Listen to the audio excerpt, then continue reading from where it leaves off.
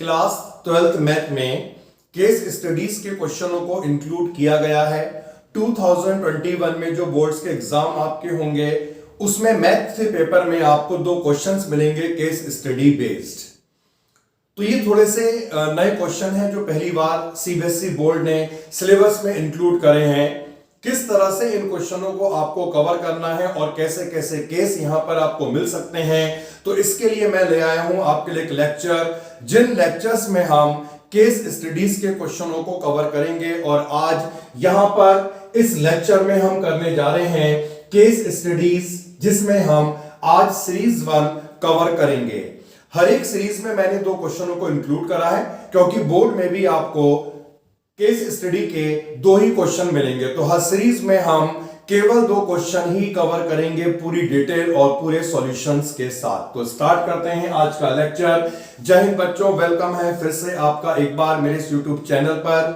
और आज जिन क्वेश्चनों को केस स्टडीज के हमें कवर करना है, जानते हैं वो क्वेश्चन कौन से हैं।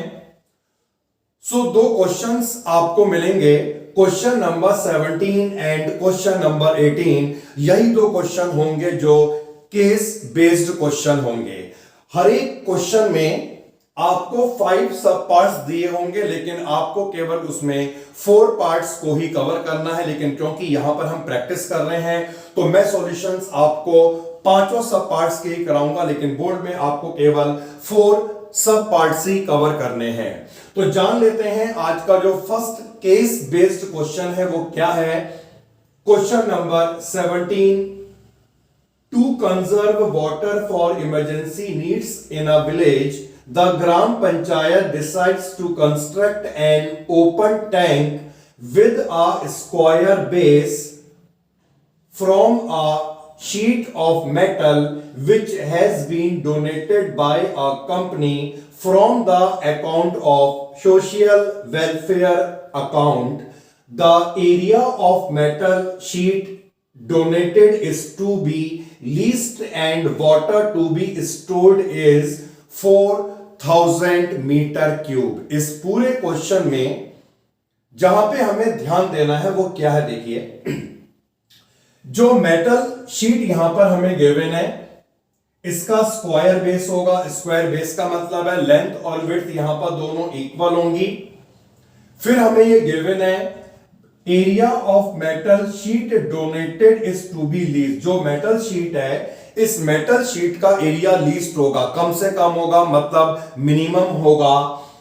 And water to be stored is 4000 metre cube. और इस मेटल शीट से जो टैंक बनेगा उस टैंक में जो वाटर स्टोर होगा ये होगा 4000 मीटर क्यूब। यानी ये क्या हो गया, पूरे टैंक की कैपेसिटी, पूरे टैंक का वॉल्यूम। तो ये सबसे पहले जानते हैं जो ये प्रॉब्लम है ये किस पे बेस्ड है। ये प्रॉब्लम है बेस्ड मैक्सिमा और minima application of derivative chapter है। नाउ मेटल शीट हमें गिवन है और इसका जो बेस है that is in the form of square. Square base, length width दोनों इक्वल होंगी। और इससे जो टैंक बनेगा, यहां पर ये टैंक बना के दिखा रखा है। लेंथ को यहां पर x लिया गया है, विड्थ को y लिया गया है, and h is the height of this tank. वैसे x और y इक्वल होंगे क्योंकि ये जो शीट दे रखी थी इसका स्क्वायर बेस है। Based on the above information, answer the following. सबसे फर्स्ट जो हमारे सामने सब पार्ट है वो क्या है, if x, y and h represent the sides of the base and height of the tank respectively, then area of the metal sheet used is। तो हमें यहां पर यह बताना है मेटल शीट का जो टोटल एरिया है वो टोटल एरिया क्या होगा। देखिए अब शीट से क्या हुआ, टैंक बना। जो टैंक बना है ये हमें गिवन है tank is open tank. Starting में दिया था टैंक इज ओपन टैंक। तो ओपन टैंक में जितनी भी शीट लगी उसका हमें एरिया निकालना है। तो एरिया कैसे निकलेगा, देखिए टैंक की चारों साइड्स और टैंक का बेस। चारों साइड का क्या मतलब होता है, एरिया ऑफ द 4 वॉल, जिसका मतलब होता है क्यूबाइड का curved surface area and area of base का मतलब है सिंपली जो बेस में रेक्टेंगल बनेगा L इंटू बी। तो पूरी शीट का अगर हमें एरिया निकालना है, इसके लिए हम क्या करेंगे, ओपन टैंक का एरिया निकालेंगे, चारों वॉल्स का एरिया, जिसका मतलब है 2HL प्लस बी, और टैंक के बेस का एरिया जिसका मतलब है L इंटू बी। अब हाइट हमें h गिवन है, लेंथ हमें x दे रखी थी तो हमने L की जगह x लिख दिया, विड्थ हमें y गिवन है, इसे हमने y से रिप्लेस कर दिया, और यहां पर भी L इंटू बी का मतलब है xy। लेकिन शीट का जो बेस है वो स्क्वायर बेस है, जिसका मतलब है x और y दोनों इक्वल होंगे। तो यहां पर हमने y को x से रिप्लेस करा, इसमें भी हमने y को x से रिप्लेस करा, ये सॉल्व होकर के 2x बनेगा, मल्टीप्लाई करेंगे 4hx और ये x इंटू x हो गया x स्क्वायर। तो शीट का area 4hx plus x square, और ऐसा कौन सा ऑप्शन है जो यहां पर मैच कर रहा है, ऑप्शन नंबर डी। तो लास्ट में आपको जो भी ऑप्शन मैच कर रहा होगा उसे मेंशन करना है। सेकंड पार्ट में वॉल्यूम ऑफ वाटर, वाटर का वॉल्यूम निकालना है। वाटर का जो वॉल्यूम था वो हमें गिवन था 4000 मीटर क्यूब। अब जो टैंक बनेगा उसका क्या वॉल्यूम होगा, L into B into H. L क्या है x, विड्थ क्या है y, और हाइट क्या है h। लेकिन स्क्वायर बेस है इसीलिए x और y इक्वल होगा। y को हमने x से रिप्लेस कर लिया तो ये बन जाएगा x स्क्वायर इंटू h, और ऑप्शन नंबर डी वाला जो है ये मैच कर रहा है, x square into h is equal to 4000। Now area of metal sheet in terms of x only. अब हमें मेटल शीट का एरिया निकालना है और x की टर्म्स में निकालना है। तो देखिए हमने फाइंड कर लिया था ऊपर वाले पार्ट में एरिया जो आया था 4hx प्लस x स्क्वायर।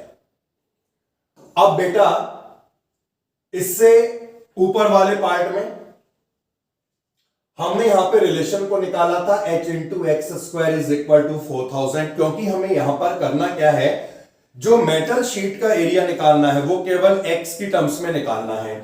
तो इस वाली रिलेशन से हमें h की वैल्यू को निकालना होगा जो आएगी 4000 अपॉन एक्स स्क्वायर, और इस वैल्यू को यहां पर हमने h की जगह पे रिप्लेस कर लिया, ये x कैंसिल आउट होगा, 16000 अपॉन x और प्लस एक्स स्क्वायर, ये पूरा x की टर्म्स में मेटल शीट का एरिया आ गया।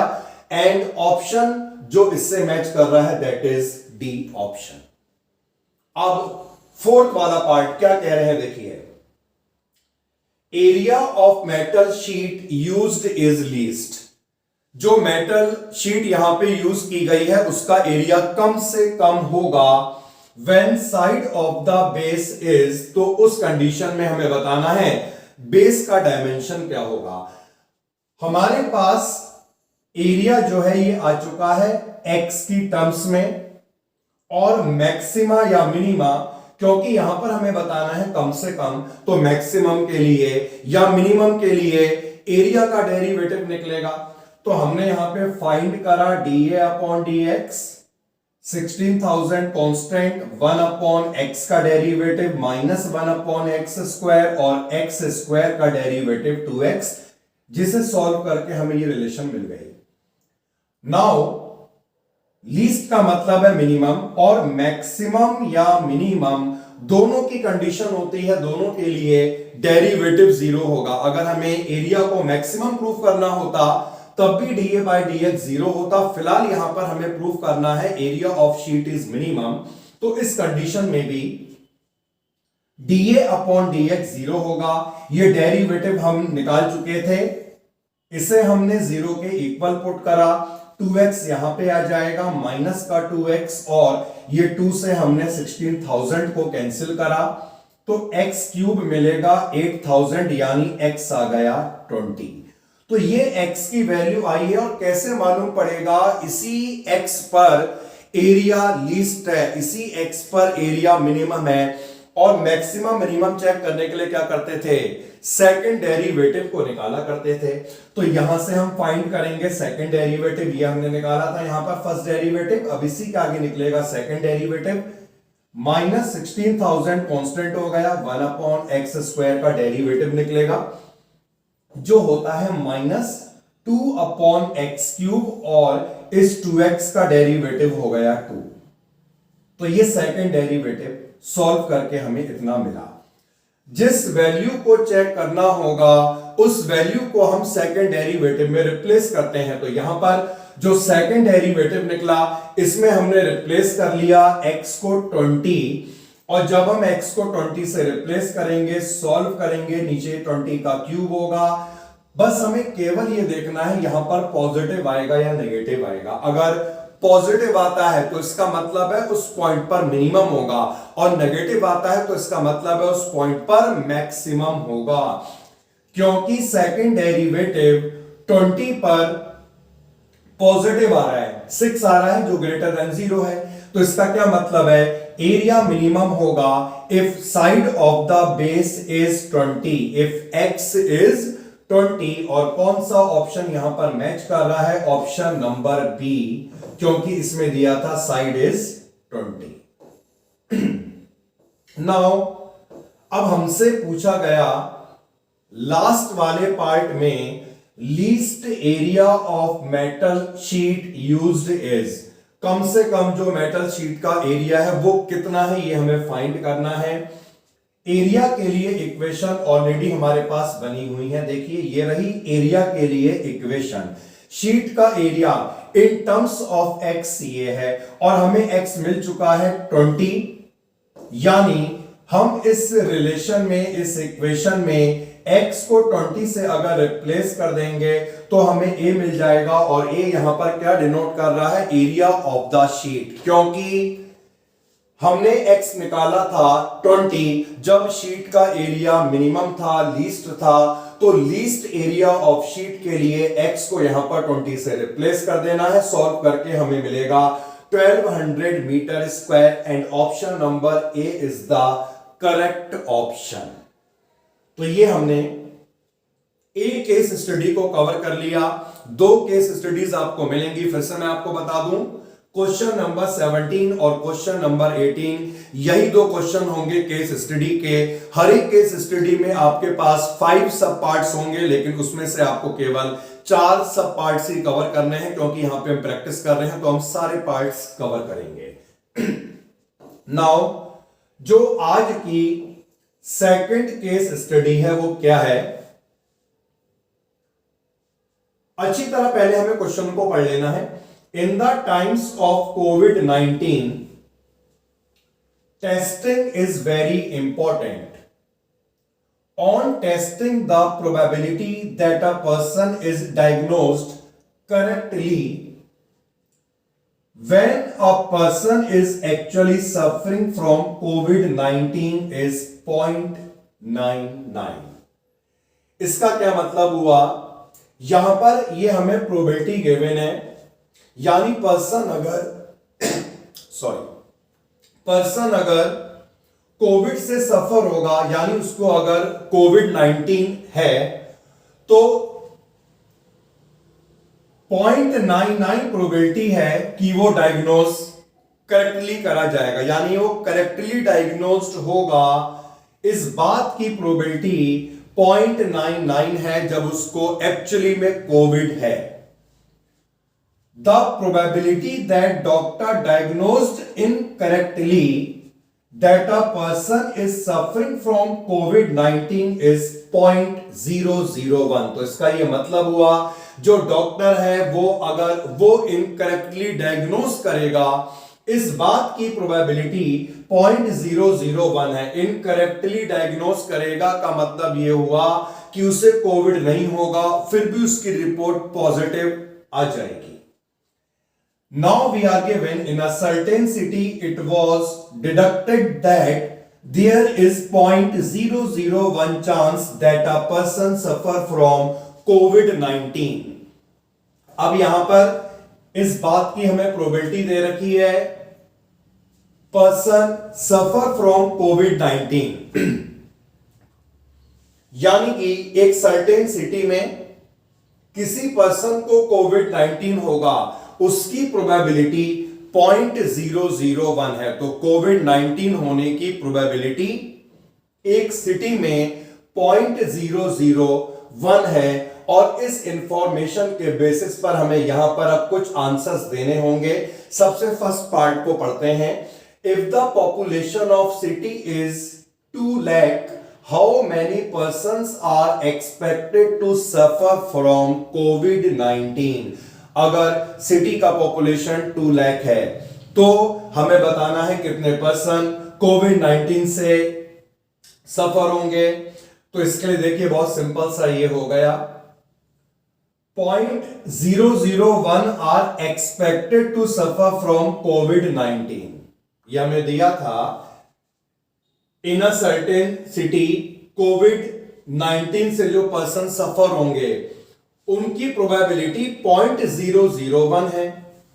तो अगर पूरी सिटी की पॉपुलेशन 2 लाख हो गई तो कितने पर्सन इस कोविड-19 से सफर होंगे? इसके लिए हमें क्या करना है, 2 लाख का 0.001 निकाल देना है। और जब हम यहां पे पॉइंट हटा के नीचे 1000 बढ़ाएंगे, कैंसिल हो जाएंगे 3 0, हमें क्या मिलेगा 200। यानी सिटी का पॉपुलेशन अगर 2 लाख है तो 200 लोग कोविड-19 से सफर होंगे। And option number B is the correct option. अब जो सेकंड पार्ट है वो क्या है, What is the probability that a person is diagnosed correctly for COVID-19? और ये हमें बिल्कुल स्टेटमेंट में ऊपर क्लियर दिया था, अगर पर्सन को कोविड-19 होगा तो वो करेक्टली डायग्नोज होगा, इस बात की प्रोबेबिलिटी है 0.99। तो ये स्टेटमेंट से क्लियर हो जाता है, इस बात की प्रोबेबिलिटी होगी 0.99 and option number A is the correct option. अब थर्ड पार्ट देखते हैं हम। Probability of a person diagnosed having covid is, देखिए बहुत अच्छा पार्ट है ये।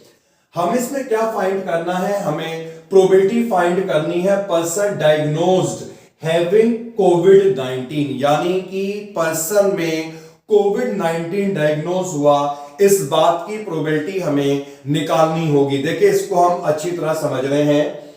क्वेश्चन में दिया है पर्सन को कोविड-19 डायग्नोज्ड हुआ और ऊपर हमने ये पूरा स्टेटमेंट पढ़ा था और इस स्टेटमेंट में देखिए हमें क्लियर दिया था अगर पर्सन को कोविड-19 होगा तो करेक्टली डायग्नोज होगा, इस बात की प्रोबेबिलिटी है 0.99। लेकिन इनकरेक्टली डायग्नोज भी हो सकता है जिसकी प्रोबेबिलिटी है 0.001। तो अब इस पार्ट में हमें क्या करना है, प्रोबेबिलिटी निकालनी है कि पर्सन को कोविड-19 डायग्नोज हुआ। तो उसका क्या मतलब है कि पर्सन को एक्चुअली में कोविड-19 हो और उसे कोविड-19 डायग्नोज हो जाए, या ऐसा भी तो हो सकता है उसे कोविड-19 ना हो और कोविड-19 डायग्नोज हो जाए, जिसका मतलब है इनकरेक्टली डायग्नोज। क्योंकि यहां पर क्वेश्चन में पूछा जा रहा है डायग्नोज के बारे में कि डायग्नोज कोविड-19 हो, तो रिक्वायर्ड प्रोबेबिलिटी कैसे निकलनी चाहिए, probability that person suffer from covid and diagnose Covid positive, यानी कि पर्सन को कोविड-19 हो और उसे करेक्टली डायग्नोज हो गया, यानी कि करेक्टली डायग्नोज हो जाए कि उसे कोविड-19 है। या फिर ऐसा भी तो हो सकता है probability that person does not suffer from covid and diagnose Covid positive, यानी पर्सन को कोविड-19 नहीं हो, वो कोविड-19 से सफर ना हो लेकिन डायग्नोज हो जाए कोविड पॉजिटिव। तो देखिए पर्सन कोविड-19 से सफर हो और कोविड-19 डायग्नोज हो जाए, यानी कि डायग्नोज हो जाए पॉजिटिव, तो इसकी प्रोबेबिलिटी कैसे निकलेगी, पर्सन के कोविड-19 से सफर होने की प्रोबेबिलिटी गिवन थी 0.001 और करेक्टली डायग्नोज की प्रोबेबिलिटी गिवन थी 0.99।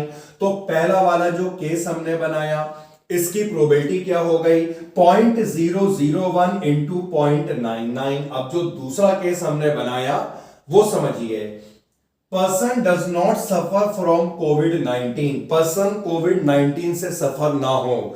प्रोबेबिलिटी क्या है कोविड-19 से सफर होने की 0.001। तो कोविड-19 से सफर नहीं होगा, इस बात की प्रोबेबिलिटी क्या हो गई, इसके लिए हम क्या करेंगे 1 में से 0.001 को माइनस कर देंगे। तो यहां पर ये प्रोबेबिलिटी इस बात की है कि पर्सन कोविड-19 से सफर ना हो और उसकी कोविड रिपोर्ट पॉजिटिव आ जाए। यानी कि यहां पर बात हो रही है इनकरेक्ट रिपोर्ट की और इनकरेक्टली डायग्नोज होता है, इस बात की प्रोबेबिलिटी कितनी है 0.001। तो ये हमें सॉल्व कर लेना है। ये हमने पॉइंट हटाया, नीचे 3 जीरो बढ़ाए, 99/100 हो गया। ये माइनस करके हमें इतना मिला और ये 1/1000। तो सिंपली इसमें सॉल्व किया गया है। ये 99/1 के आगे 50 एंड 999 अपॉन दिस, और ये पूरा एलसीएम लेके डिवाइड करके मतलब हमने सॉल्व कर लिया, जो हमें मिला 0.001989। और option D is the correct option. Fourth part जो हमारे सामने है वो क्या है देखते हैं। Probability that a person actually has a कोविड-19। इस बात की प्रोबेबिलिटी फाइंड करनी है पर्सन को एक्चुअली में कोविड-19 हो when he is diagnosed to have कोविड-19, जब वो कोविड-19 डायग्नोज हुआ हो।